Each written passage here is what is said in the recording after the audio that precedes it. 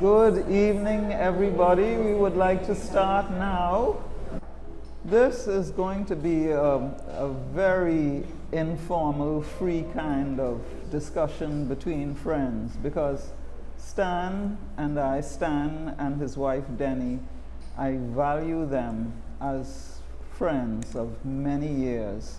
I've been friends with a number of Burnsides, really good friends. Sister Julia, sister-in-law Pam, and of course the one who's, of course I knew Stan's parents as well, interviewed them at length, and of course the one who is with us in spirit this evening, who was a dear friend as well, and I know he is here blessing the event. Well, it's going to be bless you. There you go. That's just like him, you know? Yeah, Jackson loved a joke. Yeah, first of all, I must thank Mestre Projects for involving me, especially the man behind Mr. Jose Mestre, who, you know, was running this wonderful gallery, and the extent of the projects he's already blessed us with. So I'm very grateful to have been involved with this because for years now, my husband Nico and I have been going to Stan's exhibitions, and I've had the blessing of being able to write on, review his exhibitions for any number of years. This one is so special. You know, it was a blessing to be invited to do a curatorial piece for it. So we're going to be concentrating on talking about the whys, wherefores, the beauty, etc., the blacks and the blues.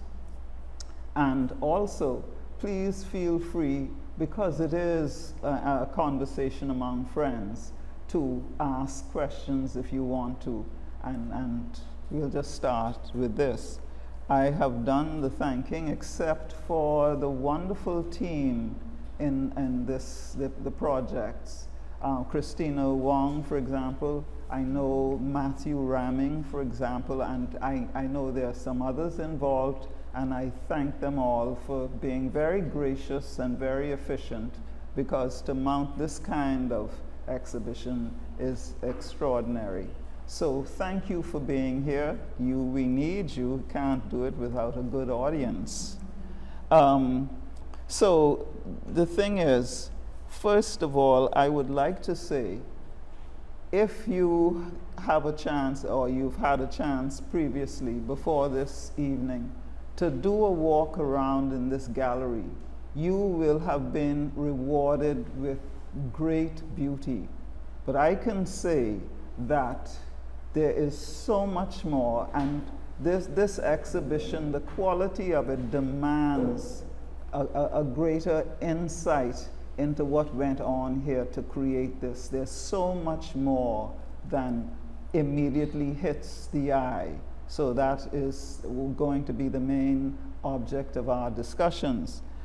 To me, and Stan will clear me up on this, I think revalorization is probably the central idea behind the works as I see it.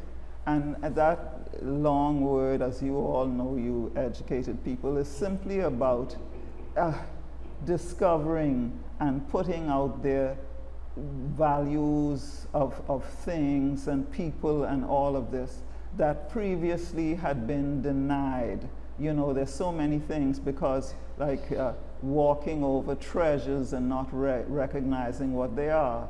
And so, and Stan has it on the money. It's really brilliant, and I hope we'll bring out some of that in the talk.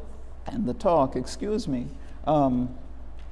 Just a couple of things I want to say. My husband and I, Nico, did interviews with Stan and Denny over a period of 6 weeks. And it was a treasure for us, something to treasure for a lifetime, because we saw these paintings come out of, I use a metaphor to describe what it was like. It was like stars coming out in an evening, out of the blackness, and then you get these scintillating bodies coming out of. We saw, I mean, step by step, these paintings emerging. And of course, Stan is such a genius and such a dedicated artist that, like with any writer, for example, myself, you have to abandon the work. You just let it go, but you never really finished. And we saw all of that. It was an amusing thing how Stan would come back and add something here. Not randomly, they all fit in beautifully to convey his messages. Now, the other thing I want to say about it, in order for you to get the value of this thing, Stan is a storyteller, and it is amazing how he uses all of the things I would use in my writing. You see, so many of these paintings are cryptograms, really. You can't disregard any stroke, any color, any figuration on these canvases. All of them have specific and wonderful meanings to them to convey the messages he wants to put out there. And you see wordplay, for example. You just take the main title of the exhibition, Blacks and the Blues. Think about it. The blacks, there's a lot of black actually on these canvases, and most of the colors were drawn out. But the thing is, the blues, so much, if you think of the blues as a musical term, so much connected to the value put on descendants of Africa, for example.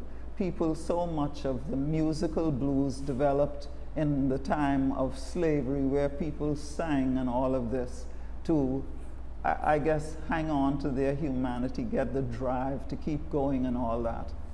But blues also, and here's the play on words, the blues, you get the blues in your own spirit, things not so right and so on. And black and blue, wounding, for example. So you get that. Look at the painting Mass Incarceration, and notice the little figures in prison garb and all of this going around in an endless circle, unable to break out. But Stan is somebody who believes that there is a way out. That way tends to, a great part of it is reliance on heritage, on beliefs that go way back to your ancestors, for example. The bird, whenever we see the bird, for me, it's hope. So now, I have said enough. You want to hear from Stan. You'll say some more. No, we'll be saying some more. And remember, please, this is participatory. So, yeah. So, Stan, I said a lot. What themes are particularly important to you and we see on these canvases? Where do I start? Quite a few of you here know me pretty well and have visited my studio and have seen my work, and you're aware of the kinds of things I normally talk about. There's an ongoing conversation that I have had in all of my adult life that has to do with the plight of people of African ancestry in the world, and the challenges and the hurdles and the horrific environments that they have to live in And I've tried in my work from time to time to get away from that subject matter, but I always come back to it because I'm prompted by dreams, I'm prompted by conversations. For example, I woke up one night from a nightmare, and it was those kinds of dreams that seem so real. And in the dream, I was chained to the bottom of a boat, and there were lots of other figures near me, and I heard squirming and crying and screaming, and there was blood, there was puke, there was feces, and there was a baby crying. And in the middle of all of this, there was a storm going on, so the boat was violently rocking in the ocean. And I felt in that moment what it must have felt like to be an African who just happened to be in the wrong place at the wrong time and forced to have that experience. And when I woke up and realized it was a dream, you know, there was a lot of relief, but I also felt an obligation to speak on behalf of those individuals who, for the most part, are just numbers in history, you know? When you talk about slaves, you know, slavery is just a word. But the thing is, you know, Stan, I think a part of why you do it is because you know in some fashion it's still going on. I read an account of a newspaper man, I think a journalist and all this, who decided to follow the route of people from Haiti trying to get out to the Bahamas and further on and so on. And it was disaster. Same thing that you described was happening to the people, seasickness down in the hold, because of course this is an illegal voyage, so they have to hide away. They almost, everybody, including the journalist, if it hadn't been for the passing of a Coast Guard, U.S. Coast Guard vessel, they would have foundered and drowned. So it continues. I'm sure that influences your thinking. Absolutely. You know, that dream that I spoke about is just the beginning.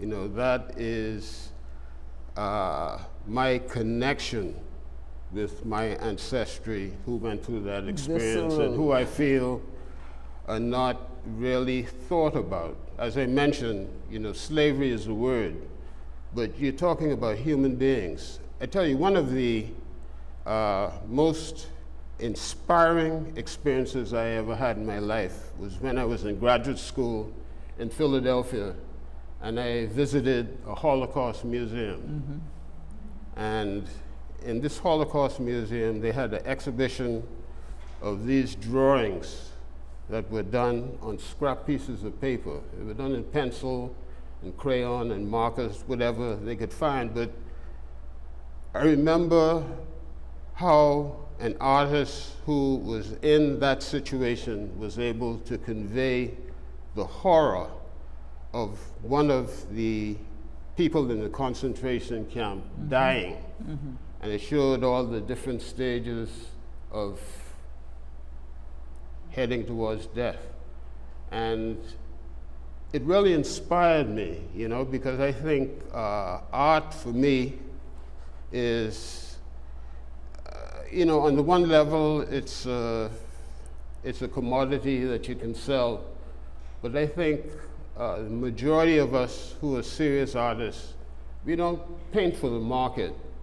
You know, we paint for history. And in some ways, we might be sort of Don Quixote because mm-hmm. It's really impossible for us to think that we could change the world with our art. But we try anyway. Mm-hmm.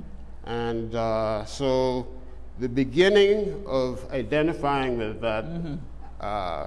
leads me into all of the positive things, the resilience of our people, you know, the creativity of our people, the ability to overcome and you show that positivity survive, on these canvases. and most of all, the dignity of our people. And so the works come out of that experience. And you know, the blues is the language that a lot of black artists use. That the language of emerging, you know, we are here, we have it in here, we have the talents and all of that.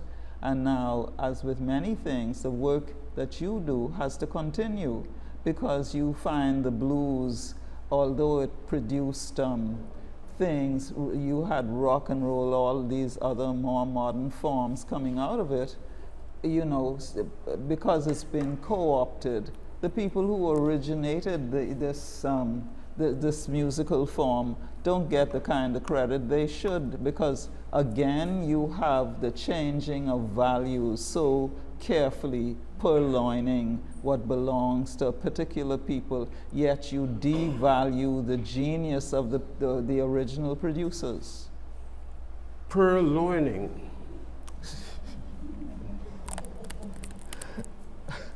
Wow, Patty always does this to me, right? They teeth it. Yeah, purloining, yeah. And you know, the blues is not just about suffering and about you know, hardships. You know, the blues is about humor too. Yes. I once had the opportunity to be in the presence of Miles Davis, just sitting around talking. And he was talking about the blues, you know. He said there are all kinds of blues, you know. Said, you know, you got the blues. They ain't got no money blues, you know. Ain't got no, you know, ain't got no house blues. Ain't got no family blues. He said the worst blues of all is the blues. I ain't got no woman blues. And you know, he talked about how artists who use their instruments to try to express deep, deep feelings in their work. And that's what the blues is all about, you know, the ability to sing a song without recognizable words, but you can feel what the artist means by the sounds that he makes, you know. That's the blues.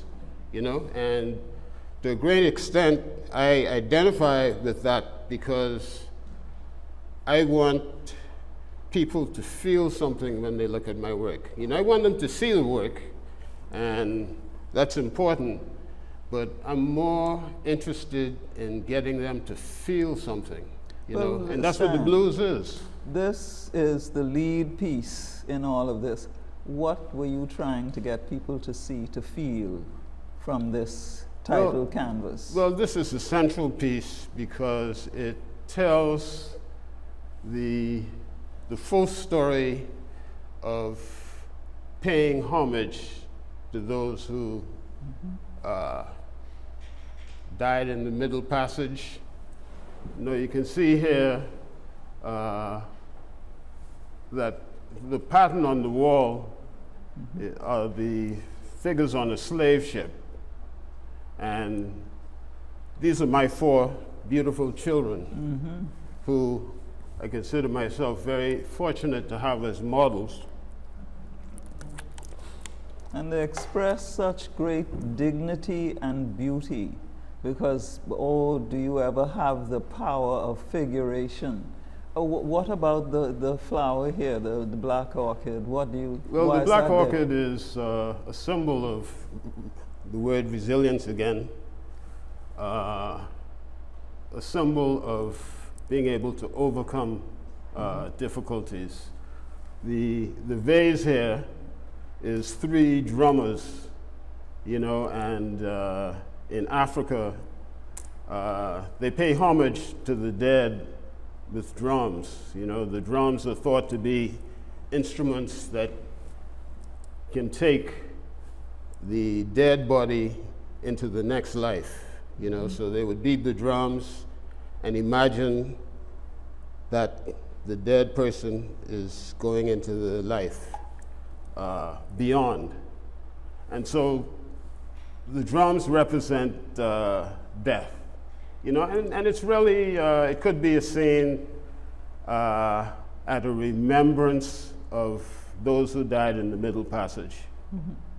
And obviously they're very sad, but they're very determined to survive.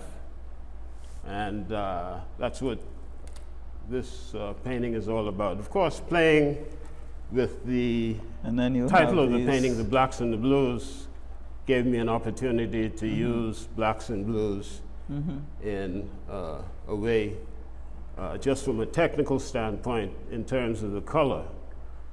The color for these paintings, you know, I'm a Junkanoo man, and I know Junkanoo color, and I appreciate Junkanoo color. But in these paintings, I try to get away from Junkanoo color, you know? I don't want any restriction on how I express color to try to elicit a feeling. Yeah. And so in Junkanoo, you usually have contrasting colors, a light color next to a dark color in rhythm. But in these paintings, in a lot of instances, I use dark and dark and light. So I sort of break the rules of Junkanoo color.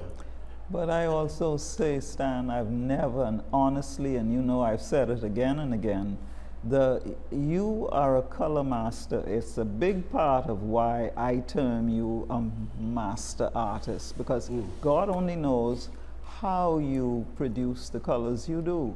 I think it's masterful. But I want to ask you, how do you, in which of these paintings, how do you link this past, the past that you first described, the slave ship experience and the denigration and all of this, how do you connect with the modern things that are happening to the descendants of people who were so denied their humanity? Well, I think there are lots of ways. In the painting, for example, you mentioned, it's called Incarceration Mass. Yes. And it's all about the fact that many people of African ancestry got their education when they were in jail. When I was graduated from the University of Pennsylvania with my Master of Fine Arts degree, and I had to get a job. I got a job that gave me an option to teach in a community center, a high school, or a prison. And stupid me, I chose a prison. And in the prison, it allowed me to see how so many young black people were in prison because they didn't have enough money for a lawyer, you know, because they're in the wrong place at the wrong time, and for charges that normally their white counterparts would not be charged with. And it was a horrific experience. But the one thing I noticed was that there was a large group of prisoners who probably never read a book in their lives before they went to prison. And in prison, they became voracious readers. And I would have discussions with these, some of these young men, you know, and I had a master's degree at the time. I'm not saying I'm as well-read as, you know, the purloin master here. But, you know, I can understand English, and I was very impressed. Very impressed with some of these young people who, you know, were able to use prison in a positive way. So this is really a tribute to 3 prisoners who happened to be black, but also happened to be great thinkers, great men. Malcolm X, Mandela, and Martin Luther King. So the numbers at the top are their birth dates. And, you know, in spite of the circumstances, this young man is able to create, as you call, a symbol of hope in that environment. So, as you mentioned, you know, the way things were, the way things are, you know, hopefully, eventually, we will get to solve some of these problems. Would we see emergence, for example, in the one there with the family?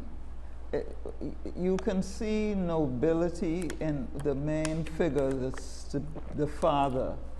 Looks like a lion and comfortable in his person, because there's so much talk about the fathers who are absent or don't perform as they ought to perform.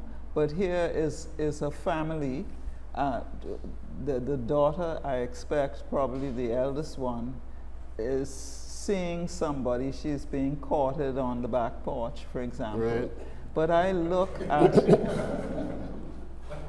okay, one of the most magnificent figures I've seen Stan do, the mother who's on the right-hand side there. And that's what, as a woman, I really appreciate, because Stan also is conscious of the need to point out the woman's experience, for example, and how people retain the dignity and nobility in the direst of circumstances, but also saying to us there are families of this kind that work where there is love and people are comfortable in their skins. There's some seats in the front. Yeah, sorry, Patty. No, Yeah. Please. Yeah. Yeah, that painting, those of you in my generation can remember in the old days when a young man wanted to see a girl, he had to approach the family to get permission to see the girl, right?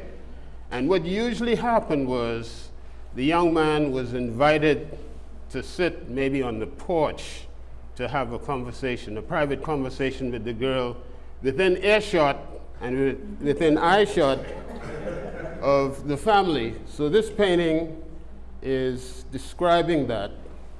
In the top left-hand corner of the two lovers trying to sneak a kiss.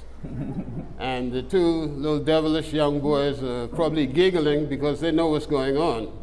Yes. And the mother and father, of course, they trust their daughter and they trust the boy, but not completely. Yeah. So but you notice the mother's there. face, little tightness in there, that's her girl. So there's that Yeah. concern reflected in the face. Absolutely. What about this magnificent piece there? One of my favorites. Oh yeah, dust to dust. Yes, indeed. Another play on words. Yeah, that's all about, unfortunately, the violence that we have in, well, I guess in the world now.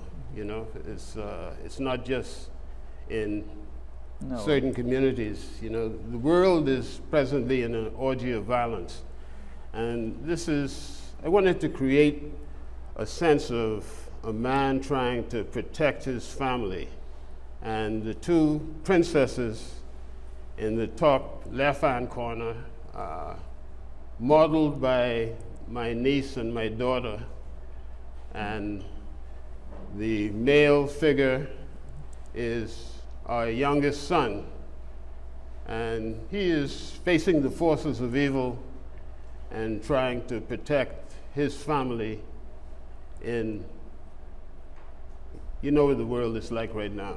Mm-hmm. Yeah. So that's what that painting is all about. If you get the opportunity to see like feathers, like birds gone wild in the base there, and below it all there is a serpent, all of these representing some of the challenges and dangers that these people face. And there's the magnificent young man with a shield, again, reflects symbols that come out of the African heritage. And it's a part of that protective mechanism in that great, beautiful shield. And let's see which other one you want to tell people about. Well, this one is called Life Illusions, and it's really about daughters and nieces and all of the young, beautiful women and the challenges they have and the decisions they're forced to make as really second-class citizens in the world. They could have all the brains they want to have, but somehow they still have uphill battles. So she is one of those young thinkers, and it was inspired by a song by Joni Mitchell. I look at clouds from both sides now. There's a line that says, "Life illusions I recall." And so it's a symbol of a young, smart female coming to grips with the circumstances of females, and that's what that painting is all about. That's my song for my daughter and my nieces and all of the other young women that I love and respect so much, and hope the world wasn't the way it was when it comes to allowing them to be all that they can be. For example, I've had the experience, of course, it's a great joke to me when at one of my book signings, a woman came up to me and asked, "Who helps you with your books?" And oh, I was so glad for that lead in. I said, "Oh, my husband, he's done all, he published that book and the illustrations, etc., etc." No, who helps you with your books? I don't understand, ma'am, what is, who helps you with the writing, because it's so excellent. That means she looks at me and I wasn't supposed to be capable of producing at that level. So the fight, women do still have a great fight to be respected as equals in the mass of humanity. And so Stan does a wonderful tribute to women. And Patty, let me take this opportunity to salute the great work that you and Nico have done all these many years on all these different subjects, art and history and religion, and of course, talking Bahamian and evening in Gunima and on and on and on. I don't think we take the time to think about the magnitude of the contribution that you and Nico have made to this country. That's very kind of you.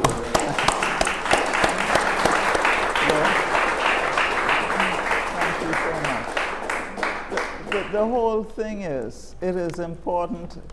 Of course, we wish that it paid more. Yes.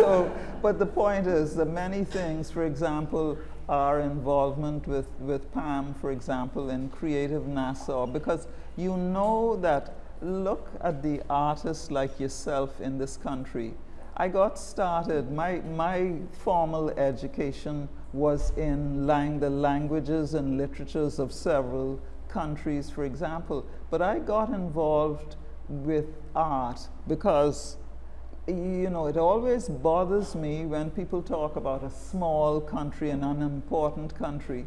And I came to realize here was this, power in so many different forms, but the artists were so powerful and were not getting the kind of copy that goes beyond our shores and all of this. So I decided to familiarize myself with the field, and and I benefited from that so much because when I was teaching at the College of the Bahamas, yes, and you were the chairperson of humanities, yes, and I had these students, you know, who had nowhere to paint, and you came into what was a big room that they shared a studio space, and these were, I mean, very important artists nowadays. John Beadle, Jolyon Smith, Clive Stewart, and Sabrina Glinton, and on and on. So many. And when Patty saw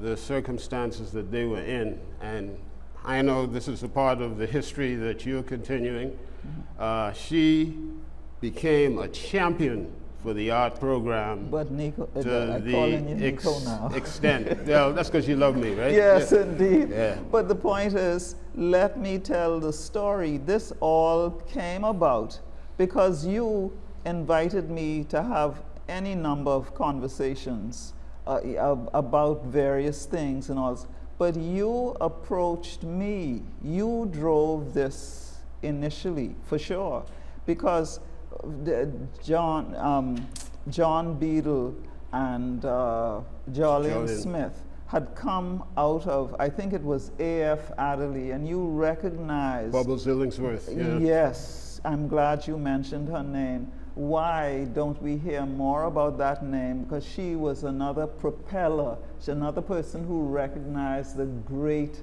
art ability in this country. They wanted, Stan wanted them to go abroad to, well, I think RISD it was, and he approached me, please come in and see this art room. It's so lacking in so many ways. The same thing was happening with on the pottery side. But when I saw it, first of all, the canvases, the quality of work that they were outputting, you know, I agreed with him. First of all, because I was chair at the time, I could get, although John and Jolyon did not have the kind of credits they needed to come straight into the college, but as chairperson I was able to influence that. But what was very necessary, and I can be quite a fighter when I'm ready, so we sort of put a lot of effort into creating cubicles so people, the artists, could have individual spaces to paint in. And so much came out of it because this man loved and respected his students, and those relationships went on through time when they were all gone off to college, coming back, becoming master artists themselves. And Stan was at the root of that, and more people got no special rewards for it because we ourselves we have to take responsibility. We have what is great in this country, but we prefer to pull from other people's cultures and devalue our own. So I think it's very important to say that in this gathering, and those relationships continued. For example, with John Beadle, whose death we continue to lament, because he became, Nico and I, great friends with John. Nico, for example, spent so much time at John's studio with people like Clive there and so on. We have to recognize it doesn't pay. Books, for example, we have falling accomplishment in reading, and yet books are given no value. People try to see how much they could get away with from, or we have people who are stealing our copyrighted stuff, and we still don't have a decent copyright law in this country. But Stan has continued to be a giver to those. It takes quite a man to appreciate the work of other people and give them the praise and give them constant encouragement and so on. And so I pay tribute to you. I feel the same way about you. I don't call everybody friend, you know, that you could be an acquaintance of mine, but you're my friend for long years. But Patty, you mentioned John Beadle. Yes. Just as an aside, John Beadle became more than a student. Yes. You know, he mentioned he became your friend. Mm-hmm. John Beadle became like a son to me. And in his last days as an artist, you know, we had the opportunity to come together, John Beadle, Antonius, and myself, to do the last jamming. Yeah, I think it was a fourth. Jamming 4. Yeah. And I didn't realize that was the last time I was going to be able to work with him. And, you know, his death struck me the same way my brother Jackson struck me. Yes. You know, I thought I was going to go into old age arguing with him, you know, loving him, you know, but, you know, it was not to be. But those individuals gave us so much, you know. Yes. I think of my history as an artist in this country and how I've benefited from so many people, man, who have given me so much, who've supported my work, you know, and, you know, someone like Vincent D'Aguilar and Marina D'Aguilar, and, of course, Dawn Davies, and, I mean, so many people who, like Vincent always told me, you know, saying, I ain't interested in you painting what I want you to paint. Right. You know, I want to see what you got. And you know, he amassed and such a so that was collection. an inspiration to all of us. You know, he would sit down with artists like Max Taylor and Brent Malone and talk to them about art. You know, when I was at the college with you and we were talking about art every day and seeing the young artists, I thought I knew about artists, right? And I went to lunch with Vincent, Marina, and Dawn Davis at Life at Key one time, you know. And when I started talking about these young artists that they should get to know, and they tell me, yeah, he lives around there, and we've been there, and you know what I mean? They were really, and they were good people. Man, People. They were giants. They were giants. They were giants. About Vincent, you know how serious it was. Once he gave me this thing that he wrote on, I can't remember which exhibition it was, says, I want you to check this out. It was a part of this man studying art to be current, to be fluent, to know what he's talking about, what the paintings are all about. He really went about learning as much as he could about art and starting to write some things about art. And so he is treasured in memory for the tremendous collection that he amassed of local art, helping to, and since all of this, how many of you haven't had your work appreciated? For example, the Burnside, Beadle Burnside exhibition that went to the giant biennial in Brazil, for example. You yourself, your work went to the Dominican Republic for a very much respected exhibition there. They wrote about it in the local newspapers extensively, because I remember writing the curatorial piece for that exhibition. And just especially the younger ones now, because of the foundation you and your colleagues, your fellow artists established, because so many of you you gave to education. Antonius Roberts was in education. There's so many, and the point is to give people the courage to, you know, because I have heard the story of how somebody said about Eddie Minnis, his people send him to be architect, and look what he's doing, painting along the, you know, like, how dare he devalue all of this when he was doing something wonderful to represent his country. Yeah. And that is what me and my dear husband are all about.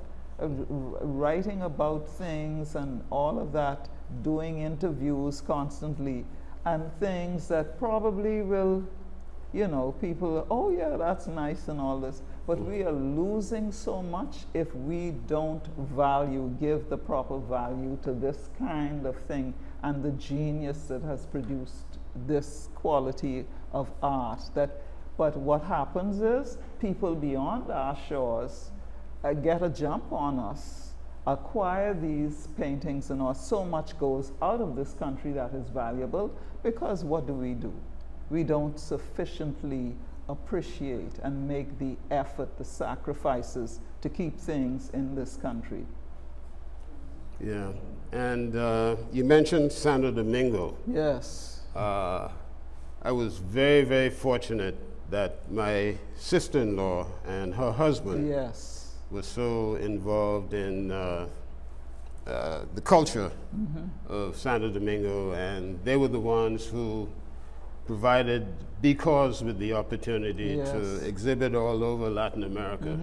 So it was Mary and Nejmi El Faturi who really did so much for Because. There's so many people who, as you mentioned, Patty, contribute so much. Yes. And they never really get the full recognition, you know?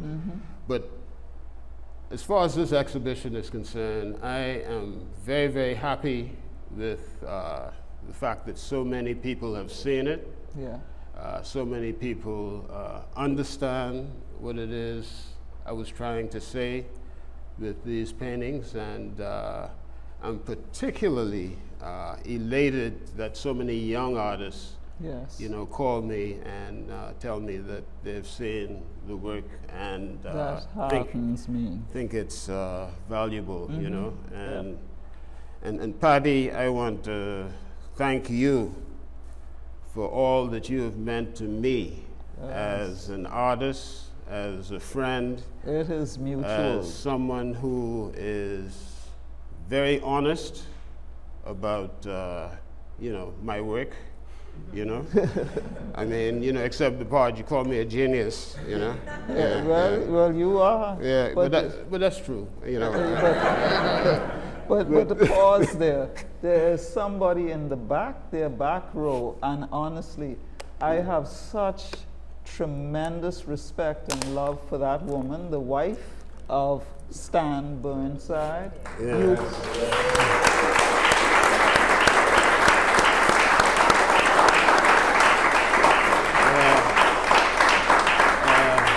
you very much.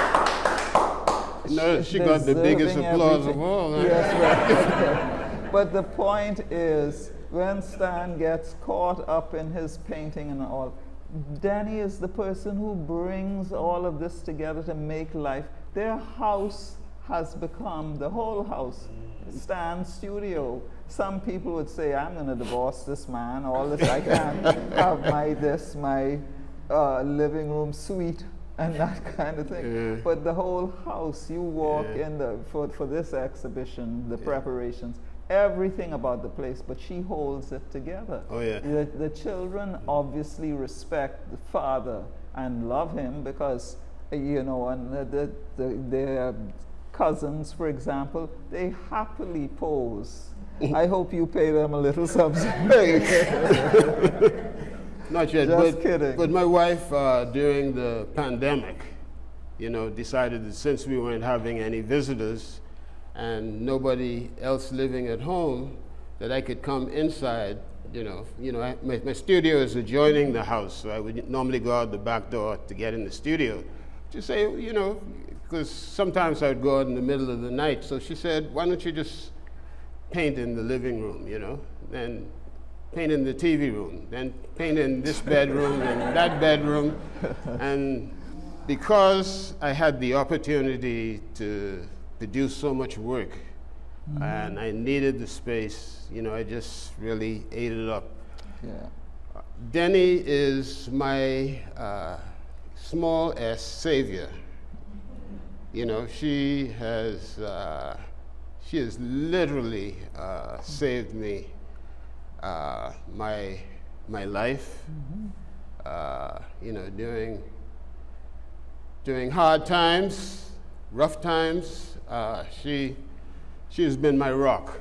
You know, and both of you are lucky to have we're very lucky. And you know, Patty, you and Nico and me and Danny, we were sitting down and talking about how we're all so blessed. You know? Indeed. And I certainly thank God for my wife, boy.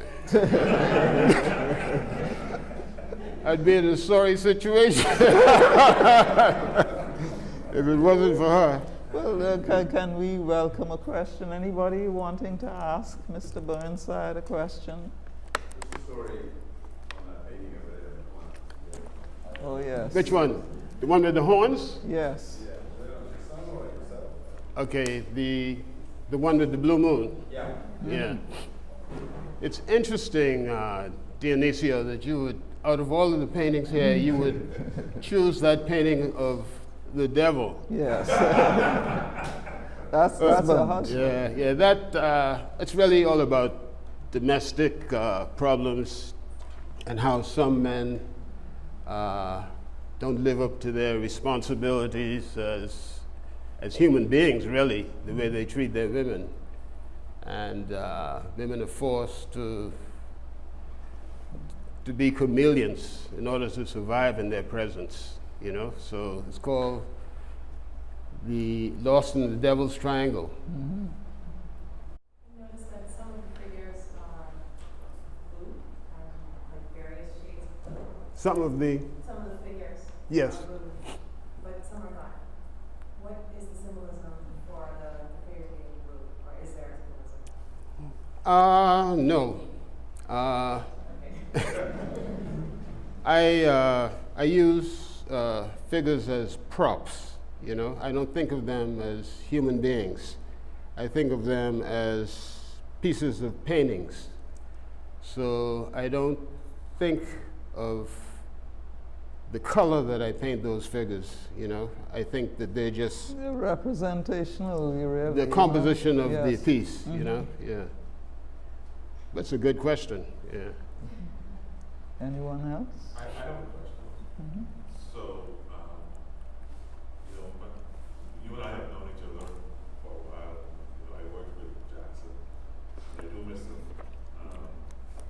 And I must say, you know, there's a powerful story that says, you know, any man who wants to be anything in life, if they don't have the right partner, will definitely find themselves in trouble. Remember Jackson used to say, don't be no fool.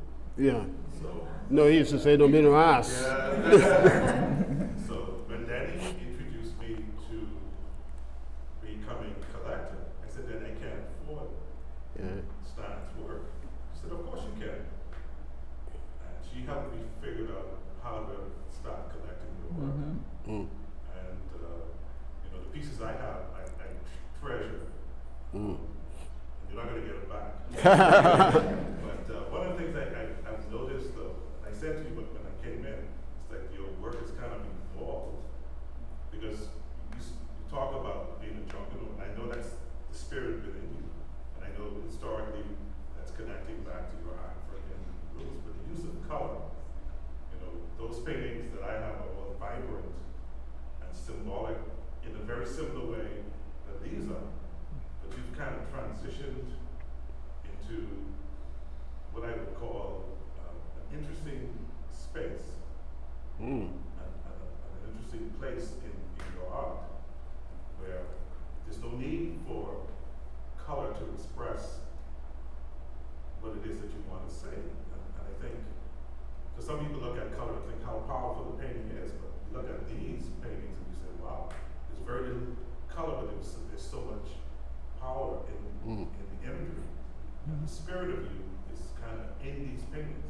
Yeah. So for that, I thank you. And I think, for some people, you know, when they look at color, they think how powerful the painting is, but you look at these paintings and you say, wow, there's very little color, but there's so much Yeah, thank you. There was another question over this side.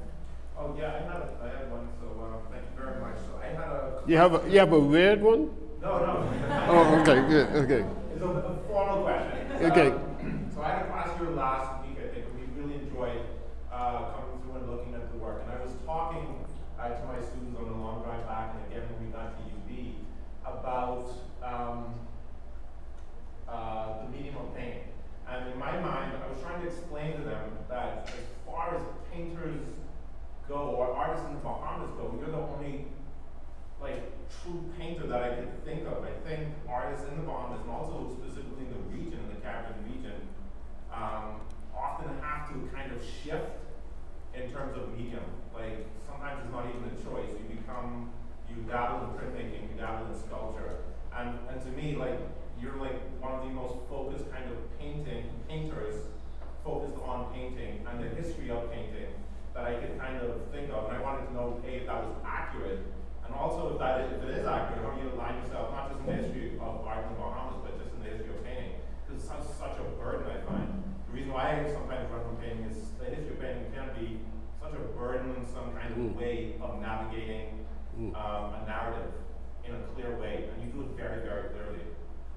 Well, let me thank you, Heino, for bringing your students through and for your kind words. When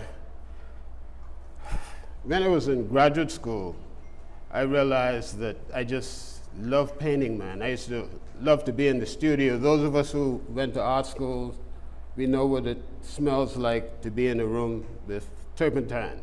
Those are the days when we all, painted in oil. And I used to love the smell of turpentine. And I learned how to make my own paints.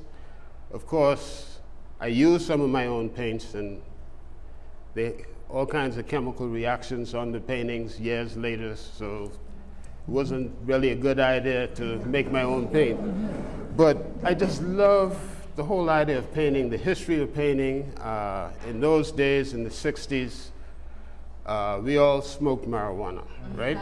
And that's how I came, speak for yourself, Burnside. That's how I came to love the surrealists, because I would get high and I would look at a Salvador Dali painting for hours and see all of those different things. Of course, later on in life, I realized that I could get high without the marijuana and enjoy the paintings so much more. But I've always just been interested in painting, and there's so many things I'm doing with my paintings now that keep me sort of grounded in that medium. But I'm not averse to doing some printmaking and doing some sculpture as well. I'm glad you said that, and I'd like to add to that. If you really have the music of art, any form of art in you, there is, and especially for the younger people, you will have that exploration to find your feet. And some people keep on, John Beadle, for example, was making doors for, I suppose, wealthy houses in this country and all that. So I like that there's that exploration going on, and that will continue for some people, but then there are those who will, like Stan, narrow in on the thing that particularly attracts them and they feel strongest in, and it's something that best expresses the music that they have inside and need to get out. Yeah, it's not a life sentence, No. It can change, but I just love painting so much, that I haven't begun to do everything I want to do in paint, So what's next, Stan? I'm the paintings that I'm working on now seem to be happier than the paintings.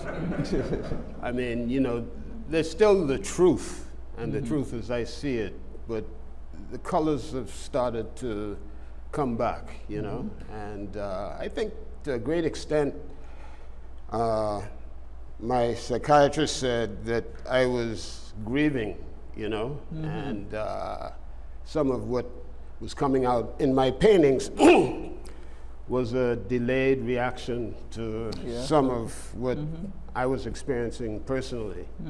And now that I've gone through a certain period, I think the light of day is beginning to shine again. You know, I'm very fortunate that I have so many pretty people in my family. Yeah, that's very true. As subjects, you know, and so, you know, I thought I have enough to work with for the rest of my life. I would say so, because I actually thought one of the boys in one of the Smile, for example, so pretty, I thought it was a girl. Oh yeah, that's nephew Pajo. Yeah, bottom left-hand corner. Now this is when he was much younger. He's about 6'3" now, isn't he? At least 6'3". So he just shot up like, but you know, painting them at different stages of their life and see how they've grown and developed. I'm so proud of my children, you know. Good. Similarity with these paintings.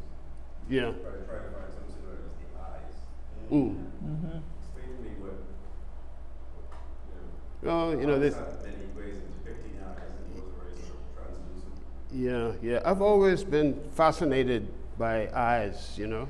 In fact, it was my wife's eyes that first drew me to her, you know, years ago, you know. And but I just feel like eyes can create so much of the feeling that you want to convey, you know. Like, for example, my daughter here, you know, I don't want her to be crying, but I want to convey that she is feeling very, very sad, you know, and somehow just manipulating the light in the eyes can create that kind of feeling, at least for me as an artist. Okay, thank you. I have a question, Stan. People probably wonder, you are one of the artists who always have people in your paintings, and you should probably explain why you always have people in your paintings. Because a lot of artists don't touch it. Yeah. They don't touch people.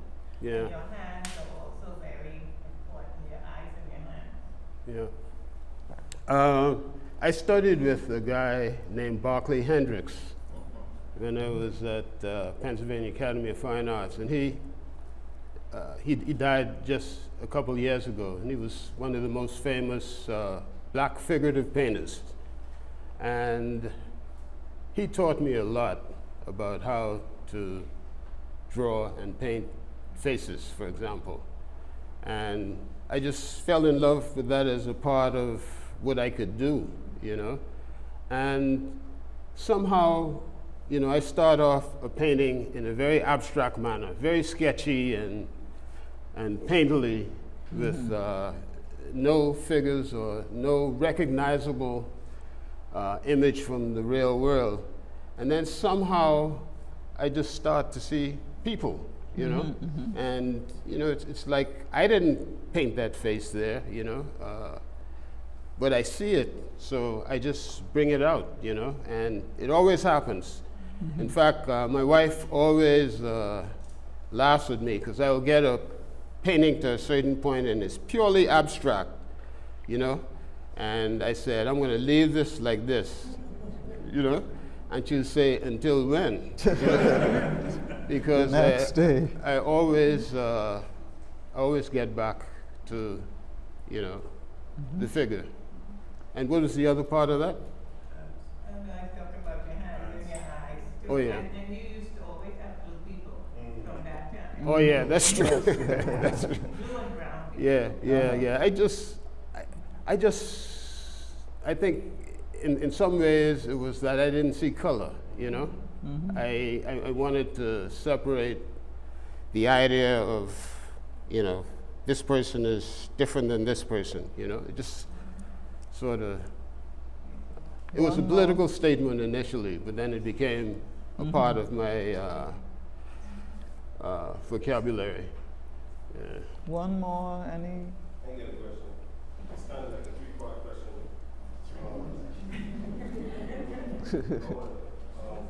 The first part, I don't know if you want to answer it. It's out of all your children, which one is your favorite? You don't want to answer that way.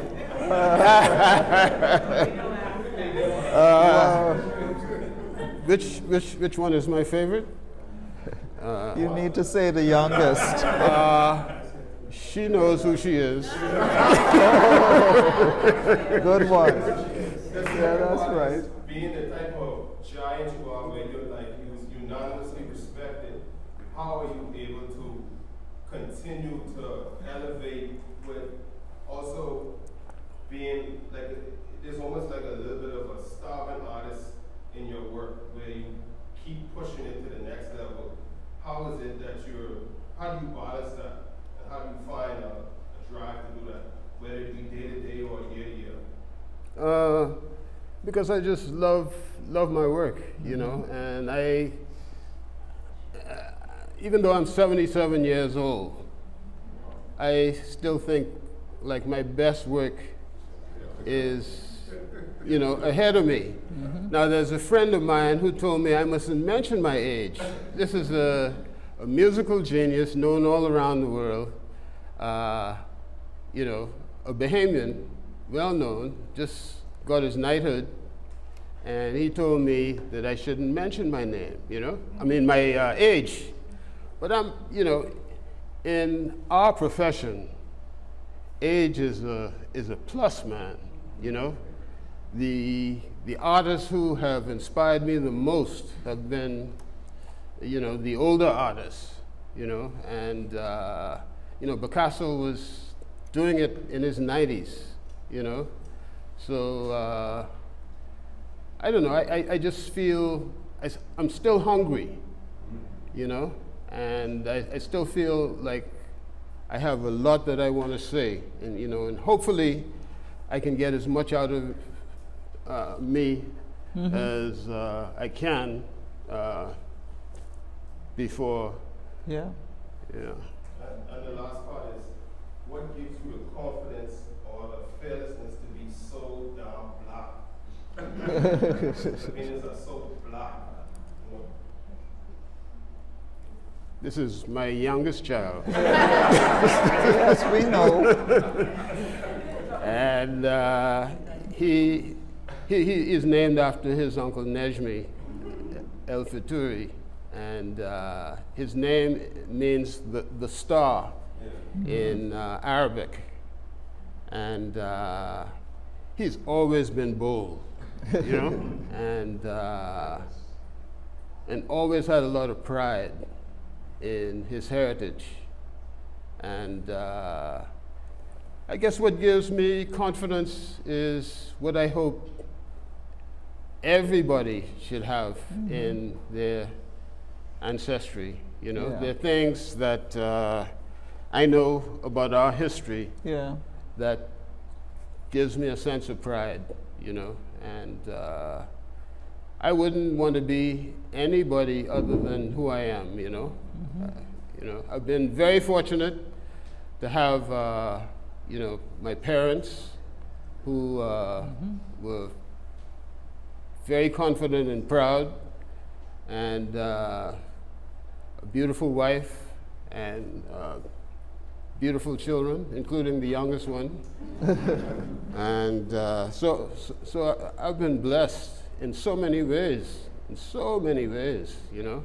And I'm at an age where I can appreciate how blessed I am, you know. And when I look out at this crowd who came here to see Patty, please. I am so grateful to all of you, and so many of you mean so much to me, and I love you so much, and I thank you over the years for all of, I see you, Tony, what you guys have done for me and my career. Allison, boy, yeah. Ladyship, boy, I start calling names, you know, but I love you, man. I thank you, man. So thank you. That's all that's left.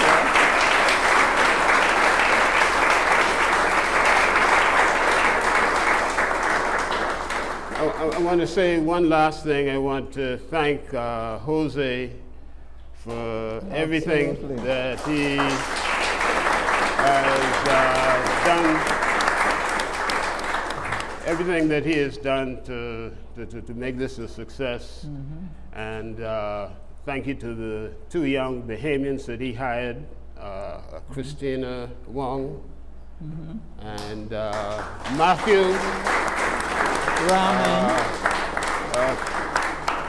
Christina is the one who's most responsible for editing the book and doing some of the graphic work and all of that. And I think she learned Spanish because the book was published in Spain. And Matthew is the genius behind the lighting. And they're both very talented, creative people.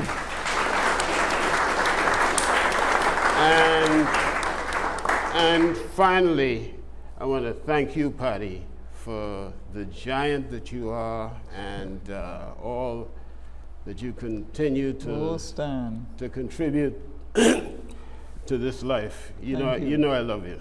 I know it's mutual.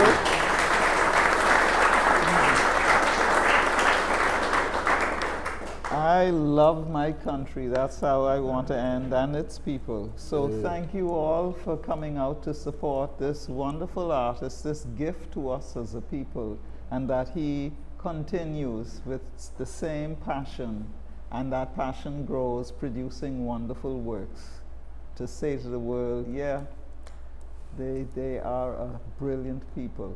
And thank you, Stan, for allowing Nico and me to be your friends. The feeling is mutual, Patty. Yeah. The feeling is mutual. So thank you all for coming out.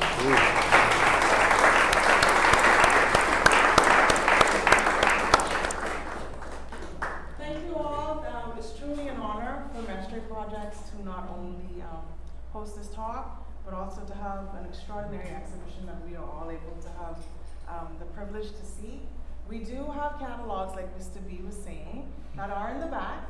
They are a limited amount, but we do have also an order list. A few more are coming, so if you are not able to get any tonight, you'd like to be part of the wait list, you can meet me in the back, and Mr. Burnside will also be there to sign a few of the catalogs as well, okay? Okay. Patty. Hey, Stan. God bless you. Thank you, darling.